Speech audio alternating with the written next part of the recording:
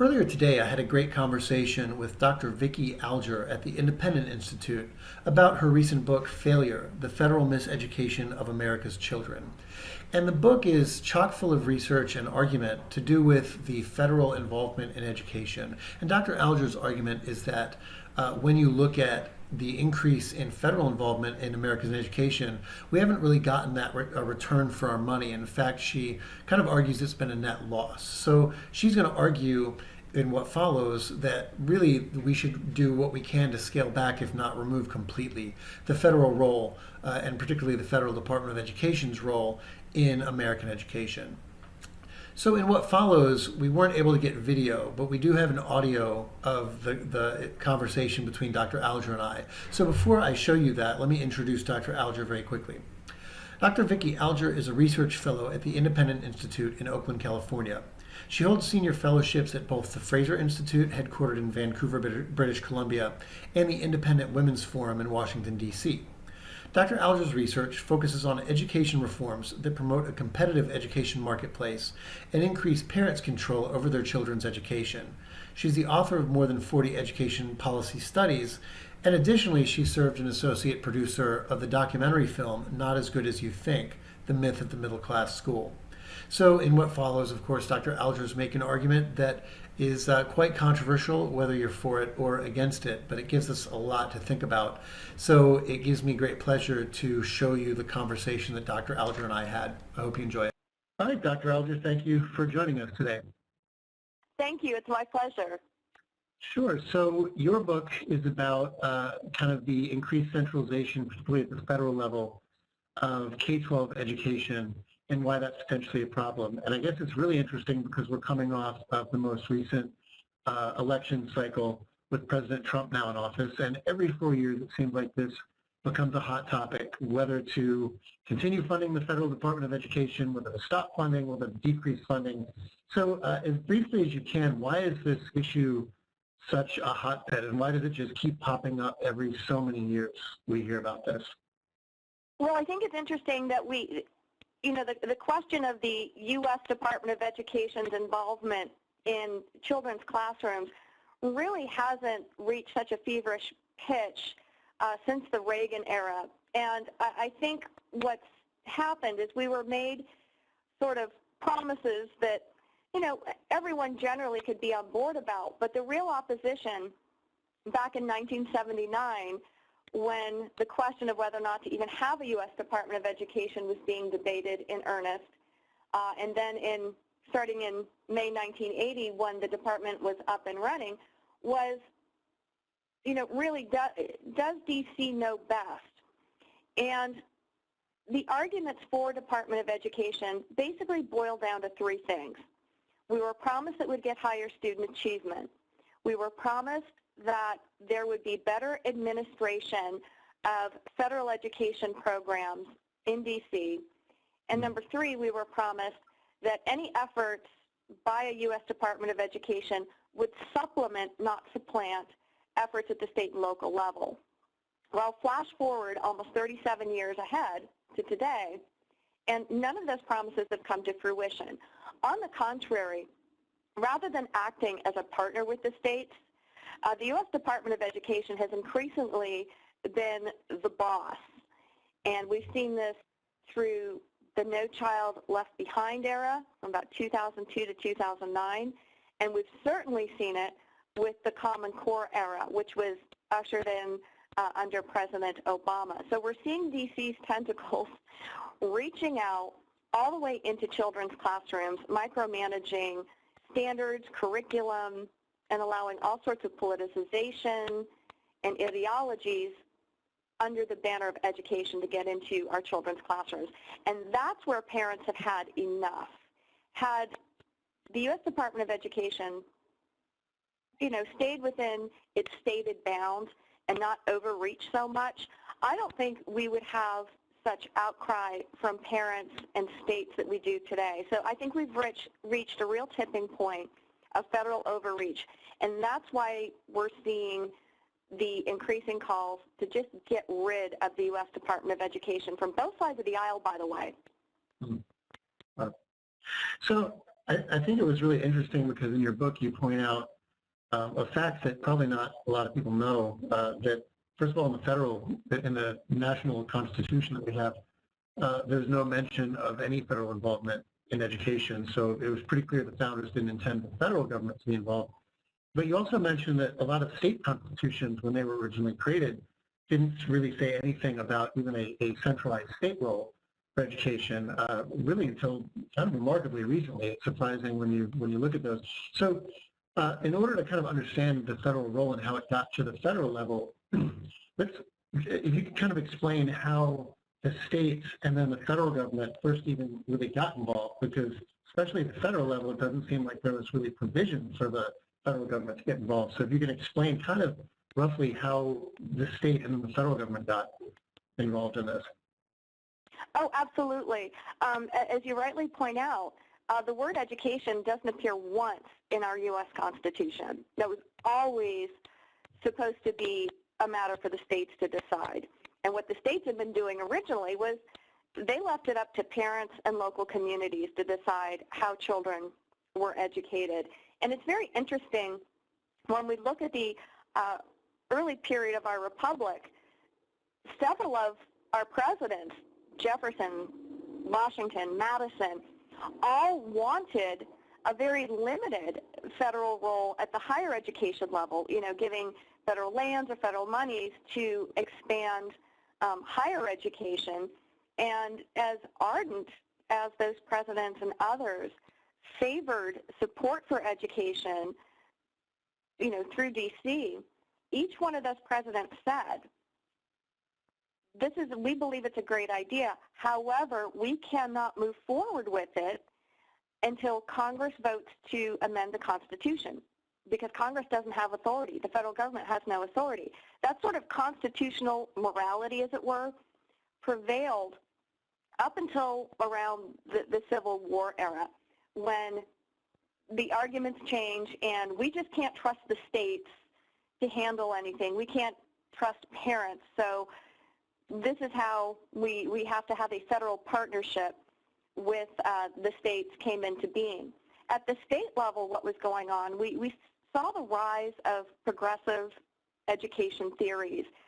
Obviously, Europe has always been very centralized with ministries of education and so forth, sort of a factory model of education. What was happening is in the states, as we saw the rise of immigration and immigrants from different backgrounds, different faiths, there was this fear that if we don't have a unified, homogenized education system, we're going to have different views, different attitudes that would really, that they believed would compromise civic unity. So the schools were supposed to be kind of a unifying, homogenizing force. Yet that stands in stark contrast to what was actually going on. What was actually going on, all available evidence shows that through civic, religious, philanthropic organizations at the local communities, there was higher school attendance rates than we have even today, including children from low-income families. But the push for safety, peace, unity was so strong that people thought that this sort of unified system began to gain prominence. So that's really what kicked it off. Particularly of interest, I think, to viewers of this show is you talk about essentially the more money we're spending at the federal level on education, we're not seeing any appreciable gains in student learning outcomes, which you would expect that the more you spend, the more student learning outcomes rise. So can you talk about potentially why you think we're not seeing those returns in terms of spending at the federal level being met by student gains? Oh, absolutely. And here's the problem. Right now, if you look at the fiscal year 2017 budget for the U.S. Department of Education, all told, we're at $200 billion just for this current fiscal year in spending. Now, the problem is the way government bureaucracies spend money is not the way you or I would spend money. This is how much money we have coming in. We can only spend it. Let's prioritize our spending on what works and what doesn't. That's not how government budgets work. What we've seen with the spending relative to achievement is student achievement has essentially remained flat across grade levels for student groups, subjects assessed, and so forth. There'll be little ups and downs from one year to the next, but the line is essentially flat, going back to the late 60s, early 70s to today. Where you see a huge spike, of course, is in the spending. Here's why, the spending isn't working. Money certainly matters in education, but how we're spending it, where we're spending it matters at least as much. What we're seeing is a real rise in the size of administration and bureaucracy. You look at where this money is going, it's not going to our outstanding classroom educators. It's just not going there. Just look in your own communities, your local public school district, chances are you're going to have a superintendent of a school district who makes at or above a six-figure salary, not to mention all the assistant and associate superintendents making high five to six-figure salaries. Then as that money trickles down, what are our classroom teachers basically making? Possibly, $30 to $50,000 range, depending on what state you live in. It's right. Because we're not prioritizing the right things. The money is going to administration, the management in many cases of federal education programs replete with mandates and red tape that are hugely costly. So that's why, on the whole, we see all of this money, but it's not translating into improved student achievement. Right. So I'm thinking that some listeners and viewers are probably going to hear what you just said and say, as I've heard many times also, okay, so the problem then isn't really the spending at the federal level or the existence of the Federal Department of Education. The problem then is that the money is being spent in areas that aren't productive. So would it then be possible to reform maybe the Federal Department of Education and its spending so that we spend on the right things rather than the wrong things, rather than, let's say, let's get rid of the Department of Education, maybe we can reform it so that it spends in more productive ways. What do you think about that? Well, I tell you what, we've had an opportunity to do that since 1867 when the U.S. Department of Education was first established. And it was first established to be just a handful of quote-unquote experts to gather statistics, publish best practices, and would have that, great, what did they call it? It was called, we need a unifying head, through which all the knowledge of the experts could be poured forth upon the states.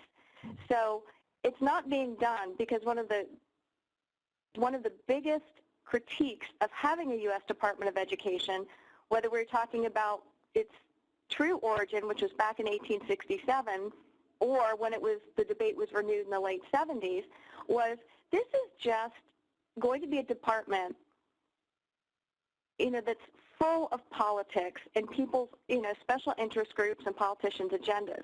Well, that's exactly what it is. The idea that we can make big government better is hugely suspect to me because it does not have a track record just because you get people who are vested in particular programs. So we have to take the politics out of education, and the way we do that is we restore rightful control over education back to parents in the states. So part of the book is definitely a critique of the federal involvement in education through the Department of Education. And then part of it is also a look forward to what we should do in the wake of the fact that we have a very large federal Department of Education. So I figure a lot of people who first buy your book will expect that your argument is, well, we should just simply abolish the Federal Department of Education. And it's interesting that you are fairly measured in your look forward. So one of the things you say is, well, we could potentially return the Federal Department of Education to really what it should be doing. You had mentioned earlier it was supposed to supplant, not supplement, not supplant the, I guess, the state efforts and the local efforts. So let's go there. What do you mean by the idea that we have a Federal Department of Education? We need to make sure it is supplementing and not supplanting the state and the local role.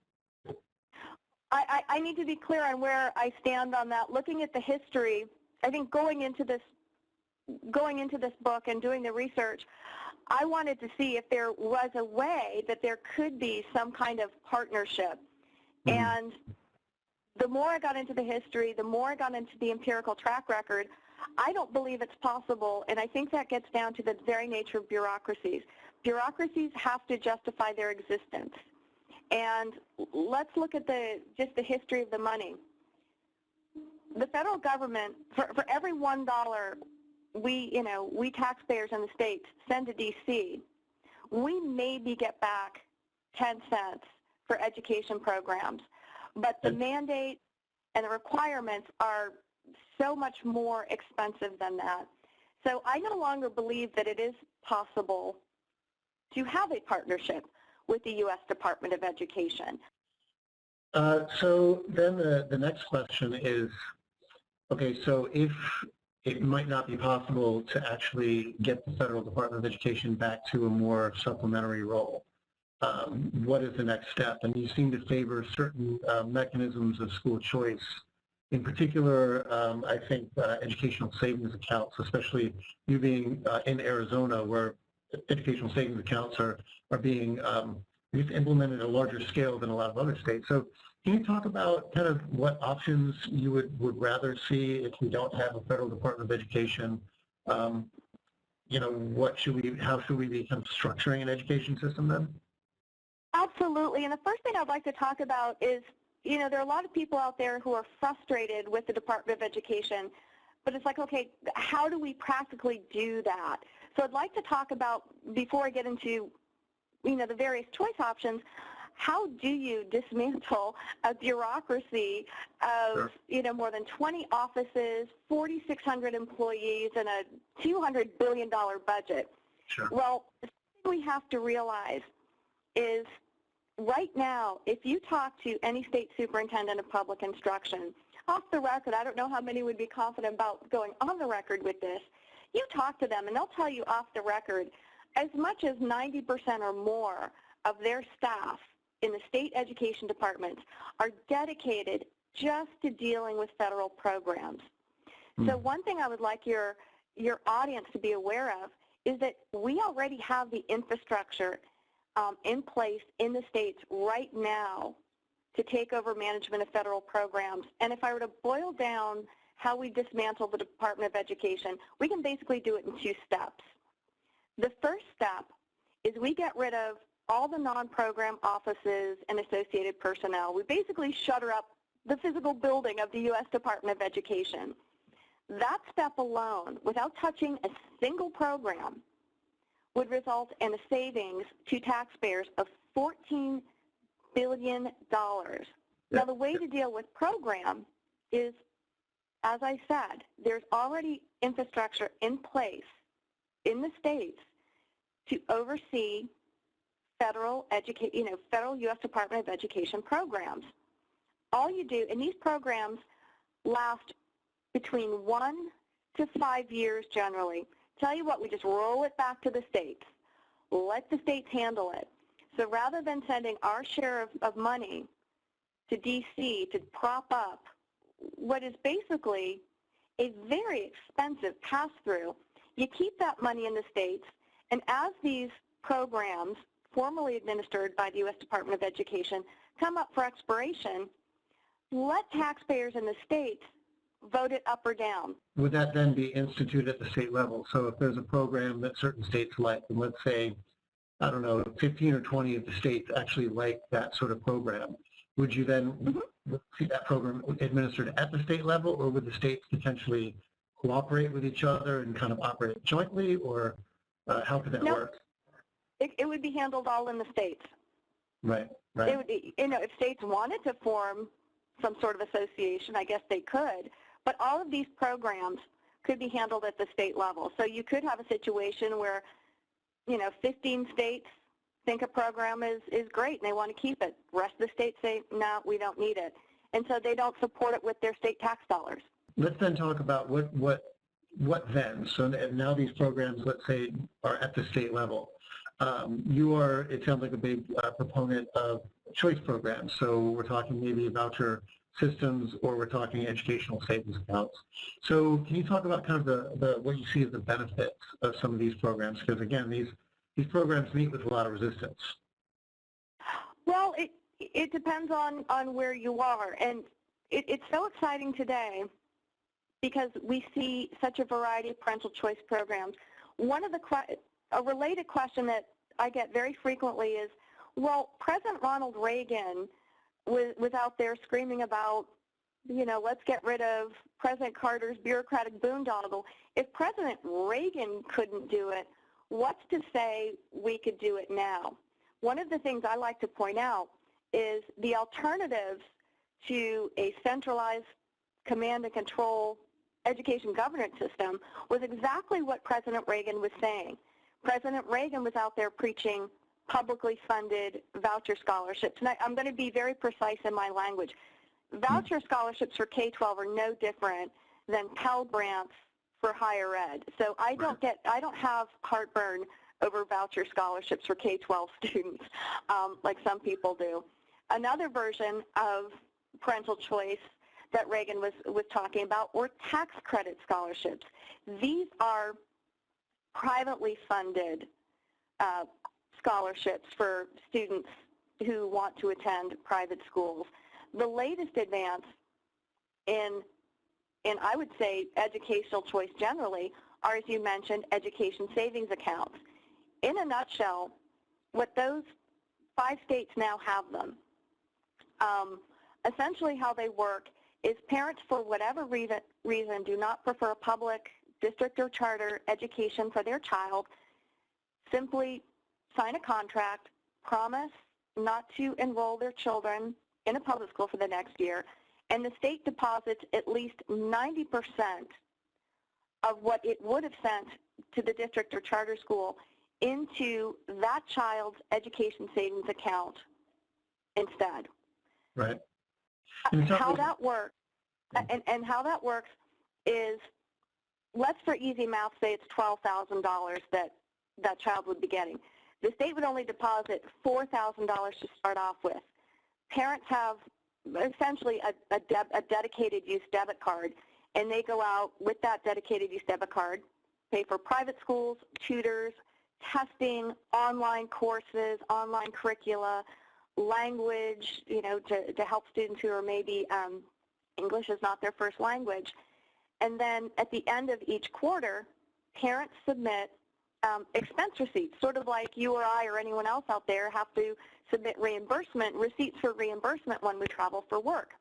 Right. Those receipts are reviewed, and if they pass muster, then the next quarterly installment is put in.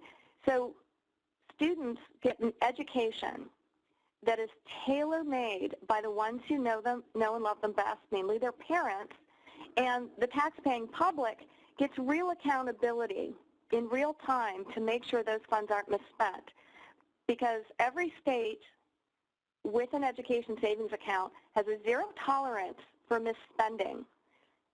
So I guess the difference between a voucher system and tax credit system and an ESA system, I mean, it sounds like ESAs are more flexible in the sense that vouchers would need to be used towards a state-approved school. So it's really, you buy into one school, whereas ESAs, you can buy into a school system, if you, like a private school if you want. You can also buy things like tutoring services, or you can buy online courses or something like that. So you can buy a plethora of things combined with an ESA, where a voucher, it's really all in towards one private school. Is that a fair assessment of the difference? I think you're really close. The best way to understand the difference between private school scholarship programs, either the publicly funded voucher version or the privately financed tax credit scholarship version, and an ESA would be ESAs empower parents to decide not just where their children are educated, but how they're educated, because you're not limited to picking a school. Right. You can pick from among a whole host of providers. So it really is such a huge advance in, because I'm for school choice, but more importantly, I'm for parental choice in education. I don't think parents' choices in education should simply be limited to a school. So I guess if there is, I mean, it sounds to me like there's still a role for, let's say, the state and all this, but it's a very different role than what we have now. So the state now really provides education through the public schools and creates the curricular standards, et cetera. It sounds like in the ESA or a voucher system, a more restrictive voucher system, the state still has a role. It finances, right? So it gives the money to the parents rather than to the public system. And then I guess there's also a role for the state in terms of determining what providers would be eligible for that money, like a quality control system. Is that a good characterization of the state's role under ESAs? Well, when I think about that, because we're in the states, those of us in states that foolishly, in my opinion, signed on to Common Core and are, in the throes of the standards debates. I think when we talk about quality control, I think of Milton Friedman, and I'm going to, this is my summarization, not his words. I'm of the opinion, a la Milton Friedman, that just because we fund schools through government doesn't mean that government knows best, whether it's about where someone else's children should be going to school, what so many of us are going through in the states, going through standards reviews. I don't know that government is the best or should be the final arbiter. We have to rethink accountability, in my opinion. And accountability, there's nothing more accountable than empowered parents, and by that I mean parents who have access to, first, have access to accessible information that is also accurate and actionable. And until we have all three of those components, accessible, accurate, and actionable, we don't have accountability. We just don't. And so right now, in the Common Core era, ask parents how much access they have to real information about how their child is doing in school. What actions can they take? Because what good does it do parents? Let's say parents get all this information about their child and their child is not doing as well, as he or she could be. What do they do with it? And until we completely empower parents, put them in the driver's seat about where and how they're educated, the accountability to debate, in my opinion, is completely empty. Okay. So what is the state role then in something like ESAs? Obviously, they have a funding role in terms of their kind of providing the funding. Do they have any other roles, in your view, to play in, let's say, a system of ESAs? ESAs right now, what I see as we adopt increasing parental choice programs, more and more programs, I think there could be a role, for example, for the state treasurer, because funds would be dispersed through the state treasury. The departments of revenue have really timely, accurate audits of how much money is going out. But quite frankly, we need to get education away from politics and political agendas. We have to create a space for the private sector in a great provision of services, also public accountability for dollars. That would be my recommendation. Great. Well, this has been very fascinating. You've given a lot of stuff to think about. I mean, I know that as a teacher educator myself, we see a lot of federal or seemingly federal regulations coming down the the pike, and a lot of teachers and faculty are we feel a little bit overwhelmed by it. So this is an interesting angle to think about in terms of the possible, I guess, miseducation, as you say, of America's children thanks to some federal involvement. So, well, thank you, Dr. Alger, for coming on the show. It's been great. Oh, thank you so much for having me. It's been a real pleasure.